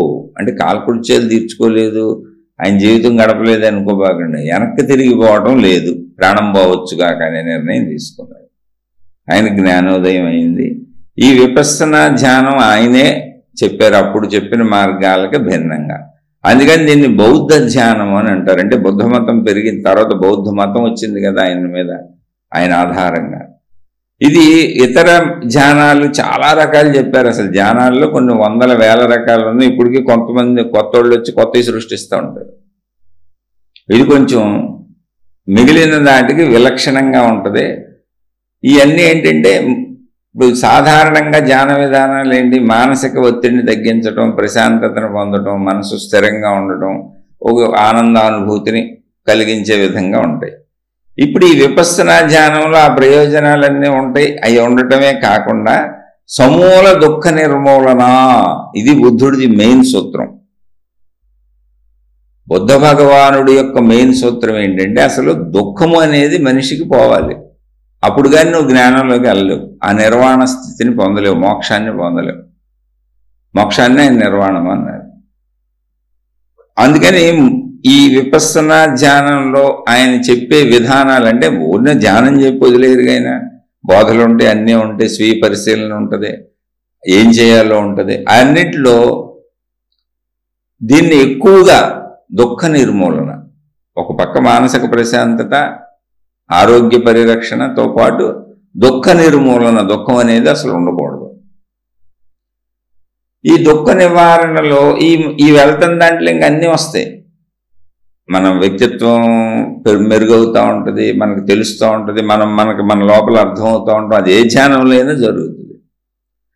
అయితే గౌతమ బుద్ధుడు ఇలా వచ్చేసిన తర్వాత ఆయన అసలు కొంతమంది దగ్గరికి వెళ్ళారు. అంటే అక్కడక్కడ ఆధారాలుగా తెలుస్తాయి, ఊరికనే చెప్తున్న దానివల్ల ఏం పెద్ద ఉపయోగం లేదు, బ్రీఫ్గా సబ్జెక్టులో వెళ్ళిపోవచ్చు మనం. అది కూడా కొద్దిగా అక్కడక్కడ తెలిసినవి చెబుతున్నాయి. ఆయన ఇంటి నుంచి వచ్చేసినాక నేర్చుకోవడానికి అలారక ముని అని ఒక ఆయన దగ్గర, ఉద్ధక రామపుత్త అనేటువంటి గురువుల దగ్గర ఆయన విద్యలు అభ్యసించారు. అలారక ముని దగ్గర ఆయన అకించయామతన సమాధి ప్రక్రియని నేర్చుకున్నారండి. అకించం యామతన, అది అప్పుడు పేర్లు మరి వాటికి ఏంటో తెలియదు. అదేవిధంగా ఉద్ధక రామపుత్ర అనే ఆయన దగ్గర నైవ సంజ్ఞాన్యాస జ్ఞాయత అనే సమాధి ప్రక్రియ, అంటే ఈ ధ్యానాలకు సంబంధించినటువంటి సమాధి ప్రక్రియలు కూడా నేర్చుకున్నారు ఆయన. అయితే అవన్నింటి నేర్చుకుంటున్నప్పుడు చేస్తున్నప్పుడు ఆయనకు ప్రశాంతత వస్తుంది. కానీ అది ఆపేసి ధ్యానంలోంచి బయటకు వచ్చేసిన తర్వాత మళ్ళీ ఆలోచనలు ఎప్పుడులాగా వచ్చేస్తున్నాయి, మళ్ళీ చికాకు ఇవన్నీ ఉంటున్నాయి. అప్పుడు ఆయన ఆలోచించాడు, కాదు మనకి ఎప్పుడుకి శాశ్వతంగా ప్రశాంతత కావాలి కదా అని. 5 ఏళ్ళు గురువులను అడిగాడు. అడిగితే వాళ్ళు పాపం మాకు ఎంతవరకే తెలుసు, ఈ పద్ధతులు మాకు తెలిసినవన్నీ నేర్పాము, ఇంతకు మించి మాకు తెలియదు అని చెప్పారు. సరే అని ఇంకా అలా చాలామందిని కలిశారు. అయినా ఈ పేర్లు దొరికినాయి కొన్ని పుస్తకాలు ఎక్కడ. ఇది ఇప్పుడు కాదు, 2500 సంవత్సరాలు వెనక ఆ పేర్లు కూడా మనకు నోరు తిరగట్లేదు అసలు నాకైతే. అంటే మీకు తిరుగుతాయి, నేనేదో సామాన్యుడిని కాబట్టి చెప్పాను. ఈ సరే వీళ్ళని వదిలిపెట్టేసి ఇంకైనా ఆయనకు కావాల్సింది ఏంటి, ధ్యానం చేసినంతసేపు హాయిగా ఉండటం కాదు, మొత్తం హాయిగా ఉండాలి, శాంతిగా ఉండాలి ఎప్పుడు జీవితం అంతా. కాబట్టి ఏదో సమాధుల్లోకి వెళ్ళిపోవటం, ఆ కాసేపు మనం మర్చిపోయి ఉండటం, మళ్ళీ బయటికి రావగానే ఇదవటం కాదు. ఎరుకతో కూడినటువంటి, అంటే నా ఎరుకలో నేను ఎప్పుడు ఉంటాను, ఏ సమాధిలోకి నా ఎరుకను మర్చిపోయే స్థితిలోకి వెళ్ళను. ఎరుకతో కూడినటువంటి, ప్రజ్ఞతో కూడినటువంటి, నేను నాకు తెలుస్తున్నటువంటి, అలా తెలుస్తూ సాగేటువంటి ఒక ధ్యాన పద్ధతి. ఎరుకుంటుంది, అన్నీ తెలుస్తాయి, నా దాంట్లో నేను ఉంటాను, మళ్ళీ దానికి అవసరమైనటువంటి ప్రజ్ఞని నాకు చెప్పుకుంటూ ఉంటాను. అలా శాశ్వత శాంతి కావాలి, దుఃఖ నిర్మూలనం జరగాలి అని ఈ విపశ్యనాధాన పద్ధతిని ఆయన కనుక్కున్నారు. ఏంటంటే ఊపిరి మీద, పీల్చి వదిలేటువంటి ఊపిరి కదలికల మీద ధ్యాసను పెట్టమన్నారు. అంటే మామూలు ధ్యానాల్లో మీకు పూరకం అని, కుంభకం అని, రేచకం అని రకరకాలుగా ఉంటాయి. అలా చేసుకుంటూ సమాధి ప్రక్రియలకు వెళ్ళటం, ఇవన్నీ మామూలు ధ్యానాల్లో ఉంటాయి. అంటే చాలా ధ్యాన పద్ధతులు ఉన్నాయి, నేను అందులో అంత పెద్ద నిష్ణాతుడిని కాదు, కానీ విషయపరంగా మీకు గురించి తెలియజేశాను. ఈయన ఎందుకు దీన్ని పెట్టారనేది మీకు తెలియటం కోసం. ఈయన ఏంటంటే ఎరుకతో ఉండాలి ఎప్పుడు మనం, అలాంటి దేన్ని ఊహించుకోకూడదు. మనం ఊహించుకుంటే అది మన ఊహ అయిపోయింది. ఇప్పుడు ఒక దేవుడి రూపాన్నో లేకపోతే ఒక వెలుగునో, ఒక జ్యోతినో, ఒక చెట్టునో, ఒక పుట్టనో, గుట్టనో నీకు నచ్చిందని ఊహించుకుంటున్నావు కదా, నీ ఊహగా కాదు. అది సహజంగా ఉండాలి. అందుకని సహజంగా మనం ఊపిరి పీల్చడం వదలటం జరుగుతూనే ఉంటుంది. దాని మీద ధ్యాసను పెట్టి మనసును అటు ఇటు వెళ్ళనివ్వకుండా, ఎందుకని మనసు అటు ఇటు వెళ్లకుండా ఉండలేదు. ఆ మనసును ఆపడానికి అనేక మంది అనేక రకాల మంత్రజపాలు ఇవన్నీ వచ్చినాయి. ఆ విధానాలు, సాధనా విధానాలు, మంత్రజపాలు ఇవన్నీ మనసును ఆపడానికి అనేక సాధనా విధానాలు. అలా కాదు, మళ్ళీ నువ్వు దేన్నో ఒక దాన్ని పట్టుకొని మళ్ళీ దాన్ని నమ్ముతూ వెళ్తున్నావు నువ్వు. అప్పుడు మళ్ళీ మనసుకు ఇంకొకటి తయారవుతుంది, ఇంకో మనసు తయారవుతుంది. కాదు, ఉన్నది ఉన్నట్టుగా స్వచ్ఛ మనసు ఉండాలి, దానికి ఏ కొత్తది నేర్పకూడదు అనేటువంటి విధానంలో విపස්සనా ధ్యానాన్ని తయారు చేశారు బుద్ధ భగవాన్. ఒకటి, సహజమైనటువంటి ఊపిరి కదలికల మీద దృష్టి పెట్టు. అప్పుడు మనసుకి ఏదో దొరికిందిగా, దాన్ని గమనించి ఊపిరిని. అక్కడ నీ ఊహలేం లేవు, ఇంకా ఆ ఊపిరిని గమనిస్తూ ఉండంతే, నువ్వే ఊహలు చేయొద్దు. అలా నీ మనసు మనో కదలికలనే ఆగిపోవాలి. ఆగిపోయే వరకు నువ్వు ఆ సాధన చేస్తూ ఉండు. అక్కడ నువ్వు ఊహించుకునేది, కల్పించుకునేది ఏమీ లేదు కాబట్టి కొంతకాలానికి మనసు స్థిరత్వాన్ని పొందుతుంది. ఎరుకలోనే నువ్వు ప్రజ్ఞను పొందుతావు. ఎరుకను కోల్పోయేటువంటిది ఏమీ లేదని ఎరుకలో, మెలకువలో, ఏ ఊహలో లేకుండా, ఏ కల్పనలో లేకుండా, ఎటువంటి మనసుకి ఇంకో కొత్తదాన్ని పట్టించకుండా, అంటించకుండా ఉన్న మనసు ఉండేలా, మనసులో ఉన్నటువంటి దుఃఖములు, చెడులు నిర్మూలనం అయిపోయి అది ఒక ప్రశాంత నిశ్చల స్థితి వచ్చేలా, అదే నిర్వాణము, మోక్షము. విపස්සనా ధ్యాన పద్ధతిని చెప్పారు. ఎందుకంటే ఊపిరి అక్కడే ఉందిగా. ఇప్పుడు మనసు కదులుతూ ఉంటుంది, కదలడానికి ఏదన్నా మంత్రజపం ఇచ్చామనుకోండి, ఆ మంత్రం తాలూకా మళ్ళీ దేవుణ్ణో ఎవరినో మనం ఊహిస్తూ ఉంటాంగా. అది తప్ప రైట్ అని ఏం చెప్పట్లేదండి, మీకు ఓన్లీ విశ్లేషణ చెప్పాను. ఎవరు ఎలా అయినా ప్రయాణించవచ్చు. ఈయన బుద్ధ భగవానుడు పెట్టింది అది ఏమీ అందించొద్దు కొత్తది మనసుకి, అది ఎలా ఉందో అలా చూద్దాం దాన్ని, ఖాళీగా, నిర్మలంగా, నిశ్చలంగా అని ఆ విపස්සనా ధ్యాన పద్ధతి. అది ఊపిరి కదలికల మీద. అయితే ఇప్పుడు దీన్ని ఒకసారి గమనిస్తే ఈ పద్ధతి ఇప్పుడు బుద్ధ భగవానుడు చెప్పిందేనా, బుద్ధ భగవానుడే కనుక్కున్నాడా, 2500 సంవత్సరాల క్రితం ఆయన కనుక్కుంటేనా ఇది వచ్చిందా, అంతకుముందు లేదా ఇది అంటే, దాన్ని అంతకుముందు సోహం అనే పద్ధతిలో వేదాల నుంచి ఉంది, ఇప్పుడు వేల లక్షల సంవత్సరాల నుంచి ఉంది. అయితే మధ్యలో అనేక మంది అనేక రకాలుగా మార్చేస్తారు విషయాలను. అది చెప్పేది ఇక్కడ. సోహం ధ్యానం అంటే ఏంటి? ఊపిరి కదలకే. సోహం, సోహం, పీల్చుకోవటం వదలటం, పీల్చుకోవటం వదలటం, సోహం అని చెప్పారు. అలా అనేక పద్ధతులు ఉన్నాయి, అనేక పేర్లు ఉన్నాయి. అసలు ఎవరు ఎక్కడా కనుక్కోలేదు, ఇంకొకళ్ళు ఎవరు సృష్టించలేరు. ఉన్నదాంట్లోంచి ఏదైనా చెప్పగలం. అయితే మనసుకి కొత్త కొత్తవి తగిలించకుండా ది బెస్ట్ మెథడ్ చెప్పారు ఆయన. ఏంటది ది బెస్ట్ మెథడ్? ఊపిరి కదలికలను పట్టించు మనసు. కానీ ఎందుకని కదలకుండా ఉండలేదు, అందుకని వెళ్ళే ఊపిరిని చూడు, వచ్చే ఊపిరిని చూడు, వెళ్ళే ఊపిరిని చూడు, వచ్చే ఊపిరిని చూడు, ఇలా కూర్చో నెలల సంవత్సరాలు. అప్పుడు విషయం లేదుగా, అందులో సబ్జెక్ట్ లేదు, భావం లేదు, విషయం లేదుగా. అభావంగా, నిర్భావంగా నీ మనసు తయారైపోయే వరకు కూర్చోమన్నాడు. అందుకని ఏంటి, ఇప్పుడు కుటుంబంలో, సమాజంలో ఉండి ఇవన్నీ చేసుకోవాలి అంటే నియమాలు, కొన్ని పద్ధతులు పెట్టి వాళ్ళకి అలా చెప్పారు. కుటుంబాల్లో ఉండేవాళ్ళకి.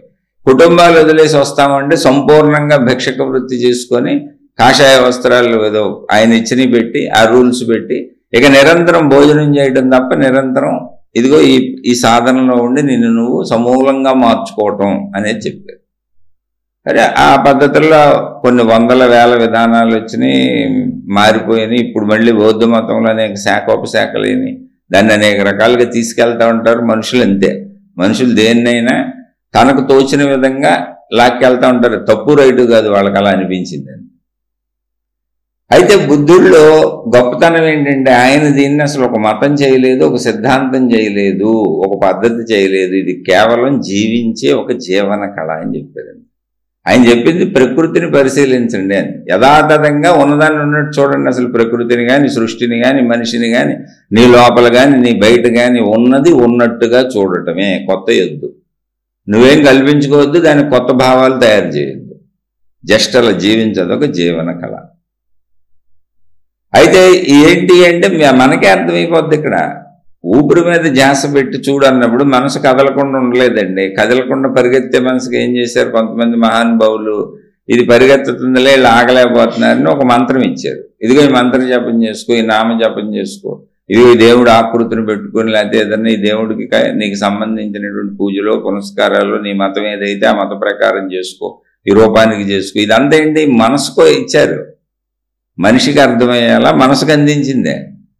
బుద్ధ భగవానుడు చేసింది ఏంటంటే మనసుకి ఏది అందించినా మళ్ళీ అలా మారిపోతుంది. అది రూపాన్ని అందిస్తే రూపాన్ని మార్చుకొని అదే సత్యం అంటుంది, మిగిలిన రూపాలు తప్పు అంటుంది. ఓ నామాన్ని అందిస్తే నా నామం రేటు మిగిలిన నామాలు తప్పు అంటుంది. ఓ మంత్రాన్ని ఇస్తే ఈ మంత్రమే గ్రేట్, మిగిలిన మంత్రాలు తప్పు అంటుంది. ఒక చిత్రమైన మనసు కదా అది.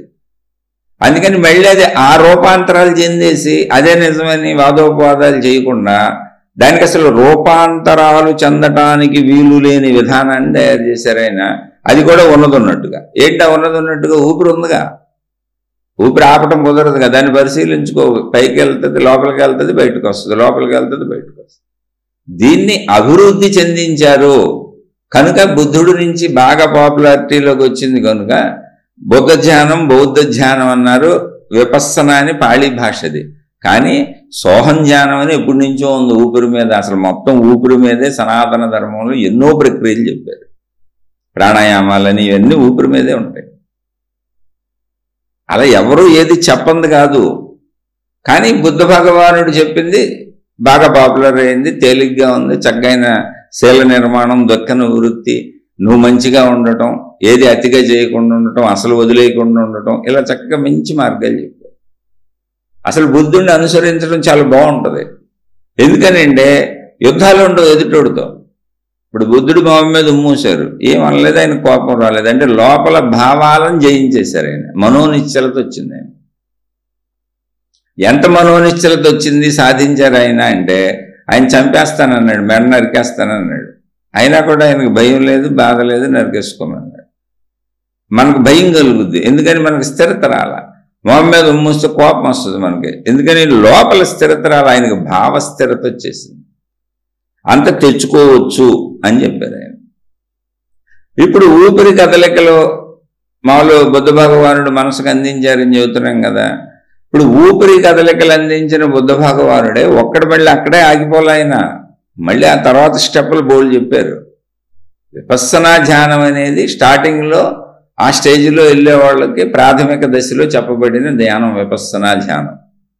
ఆయన తర్వాత ప్రశాంతంగా అనంత శూన్య భావన చేయమన్నారు. శూన్య మనస్కం అంటే ఆకాశతత్వాన్ని భావించుకో, అంతే. నువ్వు లేవు, నేను లేను, ఏమీ లేదు, మనసులో ఏమి లేదు, ఏమీ లేదు, అంత ప్రశాంతం కూర్చో, అంతే, కలిసిపో అందులో. ఇవన్నీ ఆత్మజ్ఞానంలో వేల లక్షల సంవత్సరాల వెనక నుంచి చెప్పబడుతున్నాయి. ఆత్మజ్ఞానంలో సమస్తం వెళ్ళి ఆత్మజ్ఞాన గ్రంథాలు చదువుకోండి మీరు. ఇది 2500. యోగ వాసిష్టం అనే దాన్ని వశిష్ఠుడు చెప్పింది ఇప్పుడు త్రేతాయుగంలో 30,000 35,000 సంవత్సరాలు అయి ఉంటుంది. భగవద్గీత చెప్పబడింది ఎప్పుడు? కృష్ణ భగవానుడి చేత. కృష్ణగీత అనలా, మళ్ళీ చూసుకోండి, భగవద్గీత. అది కృష్ణగీత కాదు, తత్వాన్ని చెప్పారు అంతే. అయితే భగవంతుడు అనే పేరు మీద ఇలా చెప్పటం వలన బుద్ధుడికి వ్యతిరేకం అనుకుంటున్నారు. కాదు, బుద్ధుడు వాటిల్లోంచి మేలైన దాన్ని, సారమైన దాన్ని ఎన్నుకొని చెప్పారు అంతే. ఇప్పుడు మనమైనా అదేగా మాట్లాడుతాం. ఇప్పుడు నేను చెబుతున్నాను అనుకోండి, అంటే నేను ఆ మహానుభావులతో పౌలికి కాదండి, వాళ్ళ పాద ధూళికి నేను సరిపోను, అసలు నాకేమి రాదు, సామాన్యుడిని. మళ్ళీ ఒకసారి చెబుతున్నాను, అతి సామాన్యుడిని. కానీ ఇప్పుడు నేనేంటి మొత్తం చెప్పేయగలనా? నాకు అర్థమైన దాంట్లో సారం తీసుకొని చెబుతున్నాను. అలాగే సారాన్ని తీసుకున్నారు ఆయన. ఇప్పుడు యోగ వాసిష్టం ఎప్పుడో త్రేతాయుగంలో శ్రీరామచంద్రుడికి చెప్పబడింది, 30-35,000 సంవత్సరాలు. భగవద్గీత 5,100 సంవత్సరాలు దాటిపోయింది. అన్నిట్లో ఆత్మజ్ఞాన తత్వం చెప్పబడింది, ఇవన్నీ చెప్పబడినాయి. అయితే అనేకాలుగా చెప్పబడింది, మీరు ఎలా చేసుకోండి అని. అందులో ఒకదాన్ని ఆయన పాటించుకెళ్ళారు. కానీ ఆయన పాటించిన విధానంగానే, ఆయన జీవించిన విధానంగానే, బుద్ధుడు అనే పేరుతో అసలు తలుచుకోగానే వచ్చే మనశ్శాంతి కానీ నా భూతో నా భవిష్యతి అంటే అలా ఆచరించి చూపించిన ఘనుడు చాలా తక్కువ. చంపేస్తానన్నా మెదలకుండా కూర్చొని, మొహం మీద మూసినా మెదలకుండా కూర్చొని, ఎంతోమంది తిట్టినా మెదలకుండా కూర్చొని. అయితే ఇదొక విధానం. అలానే మళ్ళీ ఇలాగే వెళ్ళాలంటే ఎలా కుదురుతుంది? అందరం సన్యాసాలు తీసుకొని ప్రపంచంలో వెళ్ళిపోతే అసలు సన్యాసాలు తీసుకొని ప్రపంచంలో వెళ్ళిపోతే నిజంగా ఎదుటోడు మూసినా తుడుచుకుపోవచ్చు. మనకేం పని లేదుగా ప్రపంచంతో. ఆడేదో ఊసాడు. ఇప్పుడు కోపతాపాలతో ఏముంది, పెళ్ళాం బిడ్డలా లేరు, ఎవరిని పోషించక్కర్లా, నేను ఇక్కడ ఉండక్కర్లా, తుడుచుకుపోతే ఏమైంది, ఎవడో చంపేస్తాడు, నరికే ఏమైంది, ఇప్పుడు నష్టం ఏంటి? నేను బుద్ధుడిని తక్కువ చేయట్లు ఆలోచించి ఉండవు సార్, అన్నీ వదిలేసాం, మనకేమీ లేదు, ఎవడో తల నరికేస్తాడు, ఏంటి ఇప్పుడు ప్రాబ్లం? నరికే. కుటుంబంలో ఉండి బంధాలు ఉంటాయి కదా చావంటే భయం, కుటుంబంలో ఉండి బంధాలు ఉంటాయి కదా అహంకారం, భావాలు, కదలికలు, నేను నా వాళ్ళని పోషించుకోవాలి కాబట్టి నేను అన్ని ఏర్పాట్లు చేసుకోవాలి జాగ్రత్తగా. అసలు మొత్తం వదిలేసినాక ఎవరేం చేసినా ప్రాబ్లమే లేదు. అందుకని ఇప్పుడు శ్రీరామచంద్రుడు లాంటి ఆయన మళ్ళీ ఉండి జీవించి చూపించలేరు, కుటుంబంలోనే ఉండి జీవించి చూపించారు. శ్రీకృష్ణుడు కుటుంబంలోనే ఉండి జీవించి చూపించారు. అంటే మానవాళికి ఎప్పుడు ఏది ఎలా అవసరమో అప్పుడు అది అలా పోదు. నీకు ప్యూర్గా ఆత్మజ్ఞానమే కావాలి, ఇంకా నాకేం వద్దు, నాకు అదే అర్థమవుతుంది అంటే ప్యూర్ ఆత్మజ్ఞాన సబ్జెక్టులు జ్ఞాన గ్రంథాలన్నీ ఉన్నాయి, రోజు మాట్లాడేది అది. మరి ఆత్మజ్ఞానంలో ఉన్నాం రైటేనండి, మరి ప్రపంచంలో ఉన్నాం, సృష్టిలో ఉన్నాం, ప్రకృతిలో ఉన్నాం, కుటుంబం ఉంది, భార్యాపిల్లలు ఉన్నారు. ఆత్మజ్ఞానాన్ని దీన్ని కలుపుకుంటూ వెళ్ళాలి. ఎలా వెళ్ళాలండి?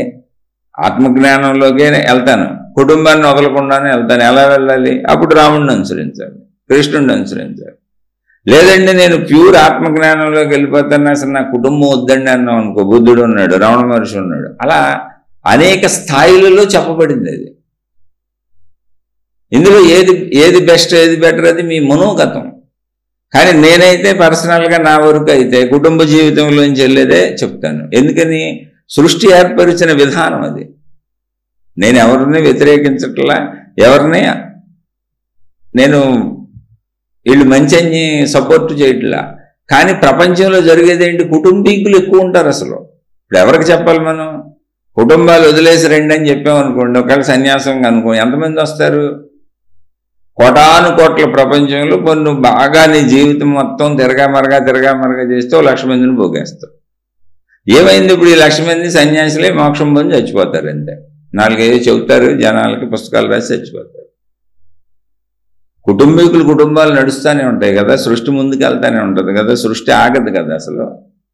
అలాంటప్పుడు నువ్వు సృష్టి విధానంలో సాగి మోక్షాన్ని పొందడం బెటరా, సృష్టి విధానానికి వ్యతిరేకంగా వెళ్ళి మోక్షాన్ని పొందడం బెటరా? అది మనం ఆలోచించుకోవాలి. ఆ స్థితుల్లో ఎలా ఉంటుందో మనకు తెలీదు. ఇప్పుడు ఇవన్నీ చెప్పిన నాకు రేపొద్దున మళ్ళీ హఠాత్తుగా సృష్టి భావం కల్పించవచ్చు, నాలో భావం కలగచ్చు, అసలు ఈ కుటుంబం వద్దు, ఏమొద్దు, నేను సన్యాసం తీసుకెళ్ళిపోతానని అనిపించవచ్చు. కానీ ఇప్పుడు కనిపిస్తున్న భావాలు సత్యంగా ఇవి చెబుతున్నాను. ప్రపంచంలో ఎప్పుడూ కూడా కుటుంబాలు ఉంటాయి, కుటుంబాల నుంచి కుటుంబాలు ఉత్పన్నమవుతూ ఉంటాయి, మానవ జాతి ఇలా ముందుకెళ్తూ ఉంటుంది. ఇలాగే వెళ్ళాలి, ఇదే ధర్మము అనేటువంటిది సృష్టి ధర్మము. సృష్టి ధర్మానికి అనుకూలంగా మోక్షాన్ని పొందటాన్ని నేను చెప్తాను. దానికి నేను బుద్ధుడిని వాడతాను, యేసుక్రీస్తుని వాడతాను, రాముడిని వాడతాను, కృష్ణుడిని వాడతాను, మహమ్మద్ ప్రవక్తని వాడతాను. ఎవరి మంచి అయితే నాకేంటి? హాయిగా కుటుంబ జీవితంలో మనం వెళ్తాం, మన బాధ్యతలు మనం నిర్వర్తించకుండా మనం మోక్షాన్ని పొందాలి. అలా అక్కర్లేని పక్షంలో మన శరీరంలో అసలు ఇంద్రియాలే పెట్టబడవు కదా. ఇంద్రియాలు ఉన్నాయి అంటే మీ సంగతి నాకు తెలీదు, మీ కోరికలు లేవేమో. నాకు ఇంద్రియాలు ఉన్నాయి, ఇంద్రియ కోరికలు ఉన్నాయి, అనుభవించాను, పెళ్లి చేసుకున్నాను, పిల్లల్ని కన్నాను, సంపాదించాను, అన్ని చేశాను. ఇప్పుడు కూడా నా పిల్లలు ఉన్నారు, కుటుంబం ఉంది, పిల్లల్ని పెంచుకోవాలి, ఇప్పుడు భార్యను చూసుకోవాలి, బాధ్యతలు ఉన్నాయి. మా ఇంట్లో వృద్ధులు ఉన్నారు, ఆ వృద్ధుల్ని చూడాలి, నేను తినాలి, వాళ్ళు తినాలి, మేము బతకాలి. ఇవన్నీ చేసుకుంటూ మోక్షాన్ని పొందాలి. కాబట్టి నేను ఏది నమ్మానో అదే కదా నేను చెప్పగలను.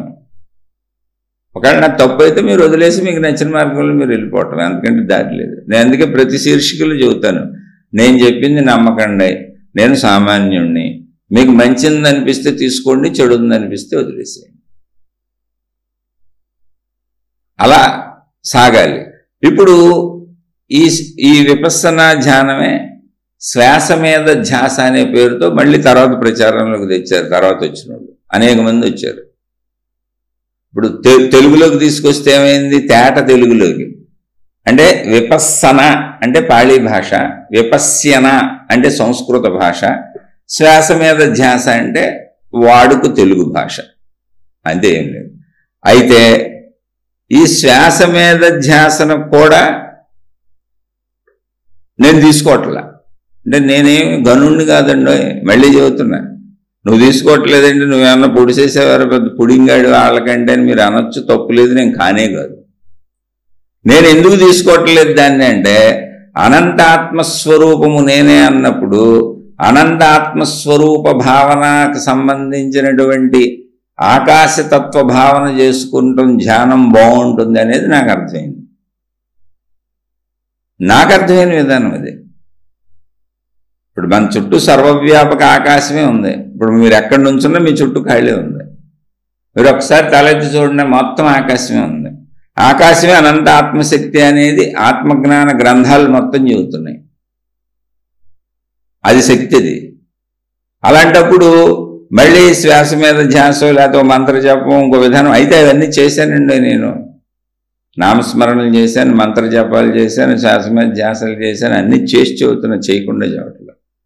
ఇవన్నీ చేసుకుంటూ ఒక్కొక్కటి చూసుకుంటూ ఒక్కొక్క మెట్టు ఎక్కుతూ ఆత్మజ్ఞానం దాకా వచ్చినాక అసలు శరీర భావనలో ఇప్పుడేమైంది, శ్వాస మీద ధ్యాస అంటే వెళ్ళే శ్వాస వచ్చే శ్వాస కదలిక కదులుతున్నా నేను.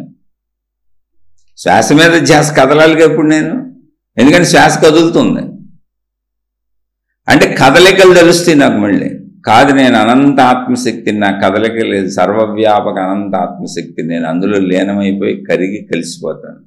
నా చుట్టూ ఉన్నటువంటి అనంత సర్వవ్యాపక ఆకాశము అని ఖాళీలా కనపడుతున్న ఈ ఖాళీలో నేను అనే భావన కరిగిపోద్ది, కలిసిపోద్ది.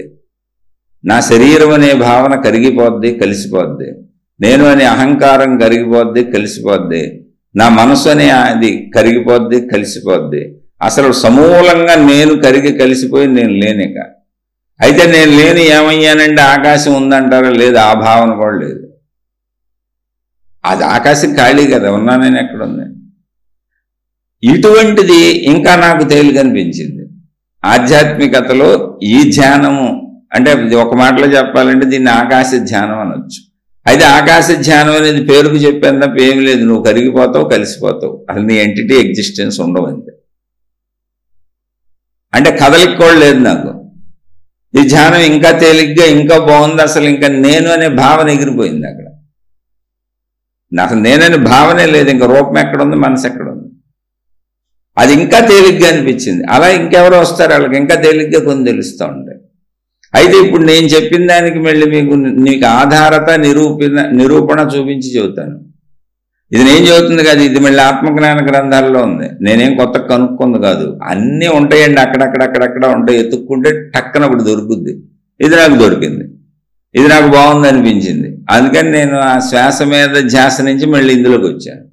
నామస్మరణలు చేశాను, మామూలుగా మంత్రజపాలు చేశాను, శ్వాస మీద ధ్యాసలు చేశాను, ఎన్ని ఉన్నాయో అన్నీ చూశాను, తెలుసుకున్నాను, కుదిరినన్ని చేశాను. ఇప్పుడు ఇక్కడ ఉన్నాను. ఇప్పుడు నేను చెబుతుంది నేను మీకు చెప్తుంది, రోజు కూడా చెప్పేది అదే, సర్వవ్యాపక ఆకాశమేనా. అయితే అది ఒక ధ్యాన పద్ధతిగా మీకు నేను చెప్పదలుచుకోలే.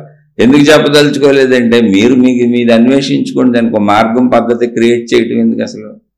మీ లోపలికి మీరు చూసుకోండి. రోజు చెబుతున్నాను, మీరు ప్రశాంతంగా కూర్చొని మీ లోపలికి మీరు చూసుకున్నారు అనుకోండి. అసలు ఊరికనే ముందు ఏం తెలుస్తుంది, మీ ఆలోచన తెలుస్తాయి.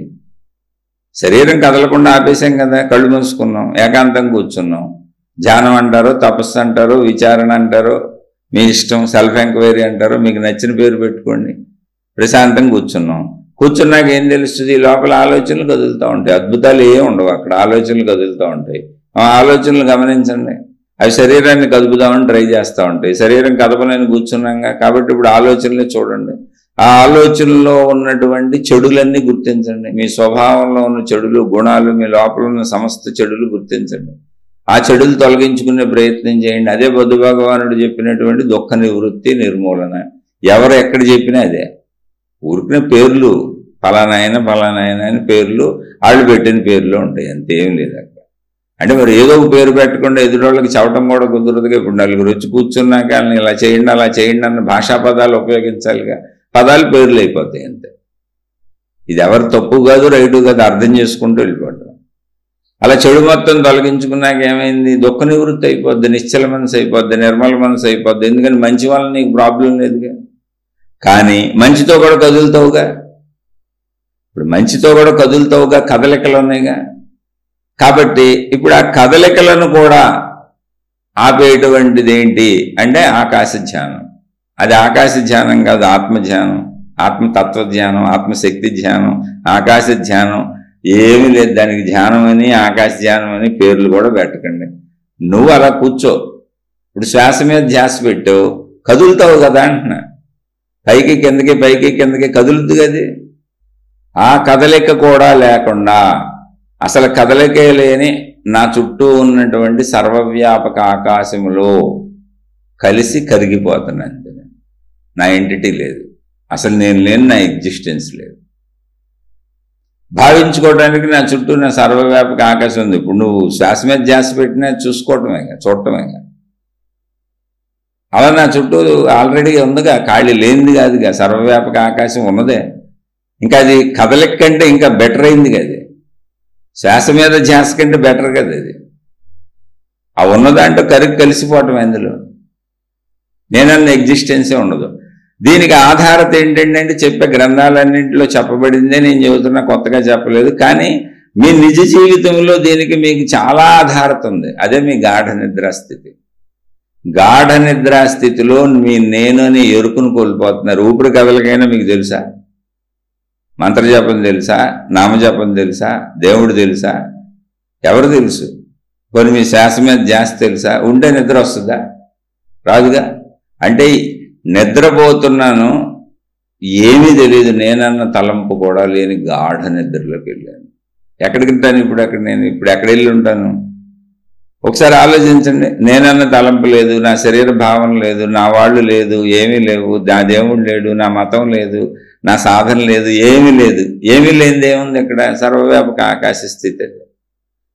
మెలకువలో డైరెక్ట్గా దాన్నే నేను ఇప్పుడు సాధన చేసుకున్నా. దానికి ధ్యానమో తపస్సో విశ్లేషణో ఏదో పెట్టుకుంటాం పేరు. మీరు ఏ పేరు పెట్టుకున్నా నాకు అభ్యంతరం లేదు. అందులో కరిగి కలిసిపోతా. గాఢ నిద్రా స్థితిలో ఏది జరుగుతుందో దాన్ని నేను మెలకువలో చేస్తాను. నేను లేకుండా పోతా, అందులో కరిగి కలిసిపోతా. అదే ఆకాశ గంగ. ఆ ఆకాశ గంగలో కలిసిపోతా. అదే శక్తి, అనంత శక్తి, చైతన్య సాగరం. అందులో కరిగి కలిసిపోతా. అదే సర్వవ్యాపక ఆకాశతత్వము. కలిసిపోతా. తత్వము అంటే ఏంటో తెలుసా? తత్ అంటే అది, త్వం అంటే నీవు, తత్వం అంటే నువ్వే, అది నువ్వే, ఉన్నది ఒకటే అని. తత్వము అంటేనే అర్థం అసలు. తత్ అంటే అది, త్వం అంటే నీవు, తత్వము అంటే అది నువ్వే అని. దాన్నే తత్వమసి అన్నారు. మనం మామూలుగా తత్వం తత్వం అని మాట్లాడుకుంటాం, మళ్ళీ వాడుక భాషలోకి తెచ్చుకున్నాం ఆ పదాన్ని. ఇది నాకు తేలికగా అనిపించింది ఎప్పుడు? ఇప్పుడు. దీనికి ముందు 35 సంవత్సరాల నుంచి అన్నీ చేసుకుంటూ వచ్చా. 35 ఏళ్లకి నాకు ఇది ఇలా అనిపించింది. నాకు అనిపించిందంతా నేను కనుగొన్నది కాదు. ఇవన్నీ ఆత్మజ్ఞాన గ్రంథాల్లో ఎక్కడో ఒక చోట ఏదో రూపంలో ఏదో ఒక వాక్యంలో ఉంటాయి. అప్పుడు ఎలగలేదు, ఇప్పుడు ఎలుగుతాయి అంతే. ఎందుకని అప్పుడు ఆ మెట్లన్నీ ఎక్కి రావాలి, దేహభావంలోంచి ఎక్కుతా రావాలి మెట్లన్నీ.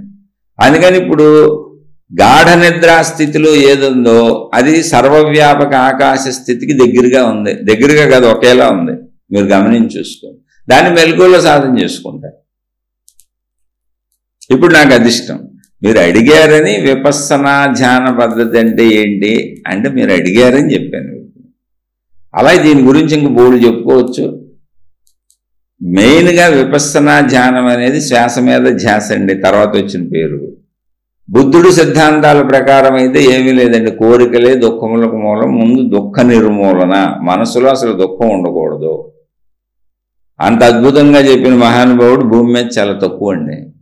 ఒక బుద్ధ భగవానుడిలా చెప్పిన వాళ్ళు భూమి మీద చాలా తక్కువ.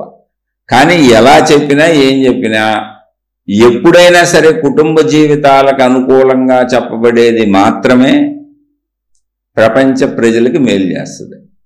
ఎందుకంటే మనం ఏది చెబుతున్నా దాని యొక్క తత్వాన్ని, దాని యొక్క నాయకుడిని, దాని యొక్క విధానాన్ని ప్రజలు ఆదర్శంగా తీసుకుంటారు. దాన్ని తీసుకొని కొంతకాలానికి కొన్ని రోజులకు వెళ్తూ మనకెందుకు ఈ కుటుంబ జీవితం, ఇది కూడా వదిలేద్దాం, ఎటో వెళ్ళిపోదాం అని అనిపిస్తూ ఉంటుంది. ఎక్కడికి వెళ్తావు? ఎక్కడికి వెళ్ళినా ఉండేది నీ శరీరం, నీ మనసే. నువ్వు ఉన్న చోట ఆ రెండింటినీ నువ్వు వదిలేయగలిగితే నువ్వు ఎక్కడున్నా బుద్ధుడివే. నువ్వు ఎక్కడున్నా ఆత్మజ్ఞాన స్థితిని పొందిన జీవన్ముక్తుడుగా. ఈ సత్యాన్ని గ్రహించండి. భేదాలు లేవు ఎవరిలో. కాబట్టి నేను చెప్పేది నా వరకు నేనేం చెబుతాను అంటే నాది వింటున్నారు కాబట్టి అలానే నేనేదో ఒక మార్గ నిర్మాణము నేనేదో చెప్పగలననే పొరపాటును కూడా చెప్పటం లేదు. నేను అతి సామాన్యుడును. నేను నేర్చుకుంటూ వెళ్తుంది మీతో పంచుకుంటున్నాను అంతే. నా వరకు అయితే ప్రపంచంలో ఎప్పుడూ కుటుంబ జీవితాలు ఉంటాయి, స్త్రీ పురుషులు ఉంటారు. ఇది సృష్టి చేసిన ఏర్పాటు. మన శరీరంలో ఉన్నటువంటి అన్ని అవయవాలు, వాటి పొందికలు, ఇంద్రియాలు, వాటి నిర్మాణము సృష్టి చేసిన అద్భుతం. ఆ అద్భుతం సృష్టి ఇది ఇలాగే సాగాలి, ఇందులోంచే సాగుతూ తెలుసుకోవాలని చేసిన ఏర్పాటు. ఆ ఏర్పాటులోంచే అందరూ ప్రయాణించుకుంటూ వెళ్తారు. గౌతమ బుద్ధుల వారు కూడా భార్యను పెళ్లి చేసుకొని ఆవిడతో కాపురం చేసి ఒక పిల్లవాడిని కన్నారు. ఆ పిల్లవాడు కూడా ఆయన్నే అనుసరించాడు. గౌతమ బుద్ధుడు తన కుటుంబాన్ని వదిలివేసి వెళ్ళాడనేది స్టార్టింగ్లోనే తప్ప, ఆయన జ్ఞానోదయం పొందిన తర్వాత తన కుటుంబ సభ్యులు, బంధువులు అందరూ ఆయనతోనే ఉన్నారు. చాలామంది ఆయన దగ్గరికి వచ్చి ఆయనతో కలిసి ఉన్నారు. అలా చాలామంది మహాత్ములకు జరుగుతుంది. అది విషయానికి చెబుతున్నాను. చక్కగా ముందు కుటుంబ జీవితాన్ని చక్కగా పెట్టుకోండి. ఆధ్యాత్మికతనో, భక్తనో, దేవుడనో, మతమనో, లేదా ఏదో పద్ధతులు, సాధనలను కుటుంబ జీవితం పాడు చేసుకోకండి.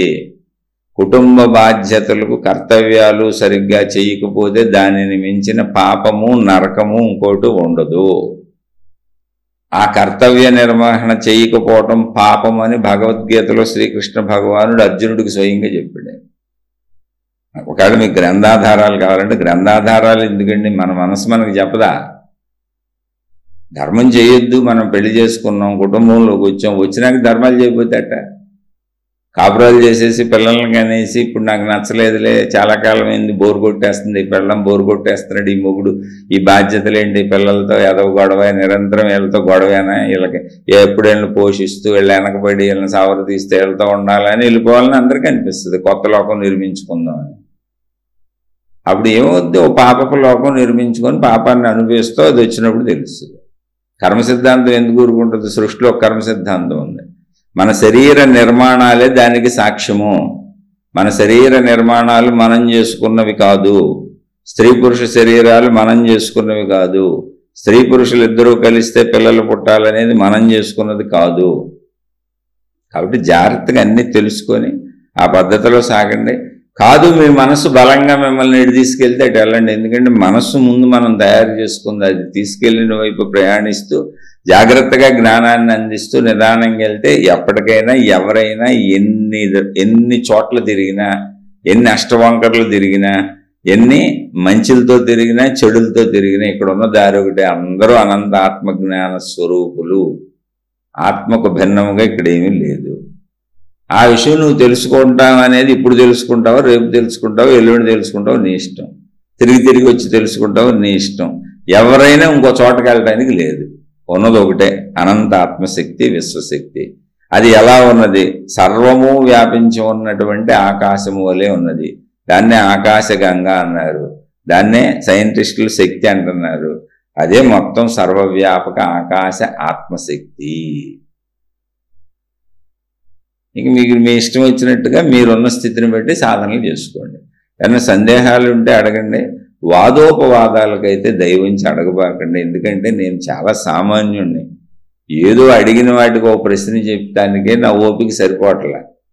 ఏదో నాకు వృద్ధాప్యం వచ్చేసింది, చెబుతుంటే నాకు నీరసంగా ఉంటుంది, మళ్ళీ ఇవన్నీ పనులు చేసుకోవాలి, కుటుంబం ఉంది, వాదోపవాదాలు చేయడానికి నాకేం తెలుసు, నా బొంద ఏదో అడిగితే చెప్పాను కానీ నా సామాన్యుడిని నేనే చెబుతున్నాగా. అందుకని చక్కగా అర్థమైన వాళ్ళు అర్థం చేసుకుని మీ జీవితంలో మీకు ఉపయోగపడితే ఉపయోగించుకోండి, లేకపోతే వదిలి పారేయండి. ఏముంది అందులో? అసలు వినబాకండి, పట్టించుకోబాకండి. వాదోపవాదాలకు ఇది ఎలా కదా, ఇది ఎలా కదా అని చెప్పదలిస్తే మీ పాదాలకు ఇప్పుడే నమస్కరిస్తున్నాను.